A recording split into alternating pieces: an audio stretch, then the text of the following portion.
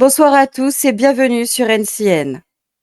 Ce soir, nous allons aborder un sujet grave, notre chère police et leur manigance. Au lieu de votre journal télévisé habituel, voici un reportage sur la police, qui est censé assurer votre sécurité. Chers citoyens de la ville de New City, je vous dis ces mots en sachant que je risque mon métier ainsi que ma réputation. Comme vous le savez, depuis ma nomination au poste de PDG du NCN, j'ai toujours cherché à vous apporter vérité dans ce qu'il se passe dans notre ville. Aujourd'hui ne sera pas une exception. Et je risque beaucoup en prenant la parole ce soir, mais je ne pouvais rester dans le silence. Comme vous pouvez le constater, nous ne sommes pas mardi, et le JT est avancé de quelques jours. J'avais bien trop peur d'être dans l'incapacité de sortir ce reportage.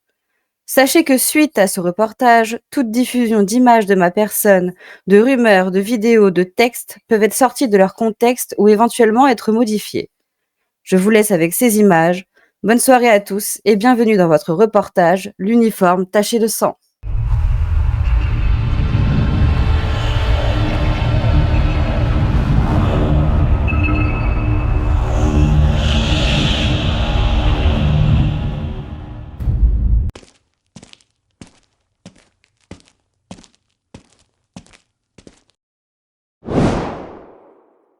Le badge? Un symbole d'autorité, de justice, de protection. Mais que se passe-t-il lorsque ceux qui sont censés nous protéger deviennent nos plus grandes menaces? Derrière les sirènes hurlantes et les gyrophares bleus se cache parfois une sombre réalité, celle de la violence incontrôlée, des décisions mortelles, des vies brisées par ceux qui devaient les sauver. Trop souvent, l'excès de pouvoir se termine dans le sang. Des bavures policières aux interventions musclées, la frontière entre la loi et l'injustice devient floue. Ce soir, plongeons au cœur de ces drames où l'uniforme est taché de sang et où les victimes ne trouvent jamais justice. Écoutez, j'ai l'interdiction d'en parler. Vous ne direz absolument rien. Je doute que vous parlez, monsieur. 30 septembre 2024. Un changement majeur s'est opéré à la tête de la police de New City. La commandante Olson, figure respectée mais dépassée par l'insécurité grandissante, a laissé sa place à un homme au caractère bien trempé, le commandant Mancini. Ce nouveau commandement semblait être la solution à l'escalade de l'incivilité qui prenait racine dans la ville. Les citoyens, épuisés et inquiets, voyaient en Mancini un symbole d'autorité, de fermeté, celui qui allait enfin ramener l'ordre dans les rues. Mais rapidement, l'espoir s'est mué en angoisse.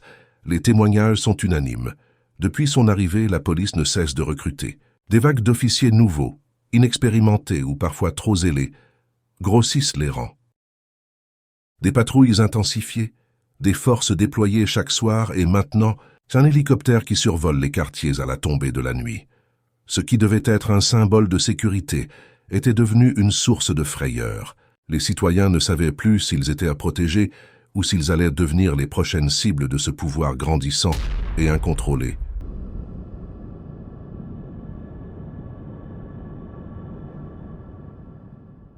C'est alors que le drame se produisit. Le mardi 1er octobre, un convoi du G6 fut pris pour cible. En difficulté, ils appelèrent des renforts. Parmi eux, les forces de l'ordre qui, en arrivant sur les lieux, déployèrent 18 agents armés et prêts à intervenir. Mais ce qui devait être une mission de sauvetage se transforma en véritable carnage. Des coups de feu éclatèrent contre les mauvaises cibles. Dans un enchaînement tragique, la police ouvrit le feu sur les agents du G6. Plusieurs témoignages révélèrent l'erreur. La police avait confondu les agents de sécurité du G6 avec un groupe illégal. Ils étaient tous habillés en noir, rapporta un témoin, et dans la précipitation, personne n'a pris la peine de vérifier leur logo. Tout s'est passé trop vite, une erreur, un instant de confusion, et des vies brisées.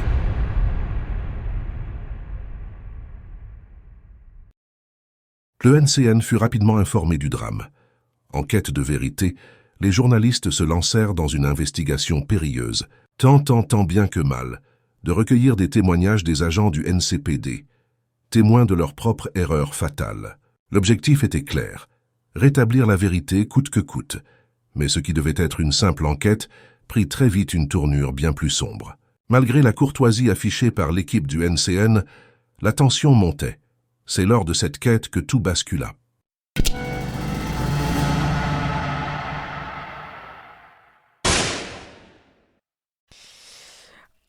Ok, donc monsieur... monsieur, bon. Apparemment, donc, la NCPD aurait tiré sur le G6. Est-ce vrai?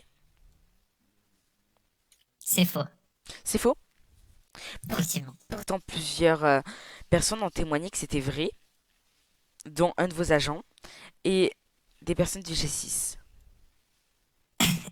Alors, sur ce qui s'est passé, c'est que le G6 était en train de se faire entourer par des malfrats et des criminels de la ville. Donc, nous sommes arrivés sur les lieux, on a encadré le périmètre, et ce qui s'est passé ensuite, c'est que les membres du G6 ont reçu quelques balles, mais simplement parce qu'ils étaient sur notre trajectoire d'où on tirait pour neutraliser des malfrats.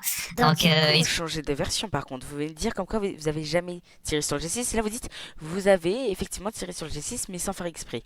Expliquez-moi la vérité, monsieur. Pourquoi vous essayez de détourner les questions, monsieur? je ne détourne pas la Si, question. si, vous, monsieur, là, vous détournez les questions. Je vous dis juste qu'ils ont reçu simplement Des balles. certaines balles, Des ce vous. qu'on appelle des dommages Des vous. collatéraux. Oui. Ils ont reçu des balles des malfrats parce que c'est eux qui ont tiré. En fait, comme je vous expliquais, nous on était à l'arrière, à l'avant. Le G6 était au milieu, et au milieu il y avait aussi les malfrats. Et du coup ils ont reçu une rafale du coup depuis vous. ces malfrats. Non, Non, des les vous. malfrats. Ah non, non, du tout. Malfrats. Continuez. Ils ont reçu, et nous, suite à ça, on a intervenu, donc en neutralisant tous les individus qui étaient en train de tirer sur la NCPD et sur le G6. Et finalement, ce qui s'est passé, c'est que le membre du G6 s'est fait abattre par pas mal de malfrats. Et donc vous aussi, donc faut le rajouter, ça, monsieur. Ah non, pas de nous. Bah, vous avez tiré dessus quand même, non? Si je me trompe pas, vous avez fait donc des rafales sur eux. C'est ça que vous venez de dire. Sur les Ah, c'est- malfrats et sur eux. C'est ce que vous avez dit. Non. Ah, si, monsieur, vous l'avez dit. Bon, monsieur, Dites dites la la vérité. Vous jouez un rôle pour pas dire la vérité. Madeleine Delamotte, PDG du NCN, décida de se rendre directement dans les bureaux du NCPD. Ce qu'elle y trouva dépassa de loin toutes ses craintes. Face à elle, des regards hostiles. Puis ces mots glacials prononcés avec une menace à peine voilée. « Madame Delamotte, il est dangereux d'avoir le NCPD à dos. » Ce n'était qu'un avertissement. Mais la tempête était déjà en marche. Une avalanche d'événements suivit. Un agent haut gradé du NCPD fit pression, insistant pour obtenir les matricules des officiers qui avaient osé parler aux journalistes. Les menaces se faisaient de plus en plus explicites. Licenciements immédiats pour quiconque ne se dénoncerait pas. Le silence devenait une arme. Mais le NCPD ne s'arrêta pas là. Déterminée à étouffer cette affaire, elle sollicita même le ministre de la Justice, M. Scott, pour négocier directement avec Mme Delamotte. En vain. Un malaise planait. Une inquiétante question se posait désormais. Jusqu'où le NCPD irait-il pour enterrer la vérité? Plus les jours passaient, plus la situation s'assombrissait. Le voile d'ombre qui entourait cette affaire semblait s'épaissir, laissant craindre le pire. La vérité serait-elle révélée au grand jour, ou bien serait-elle écrasée sous le poids des menaces et des intimidations? Et pourquoi chercher à cacher à tout prix cette erreur?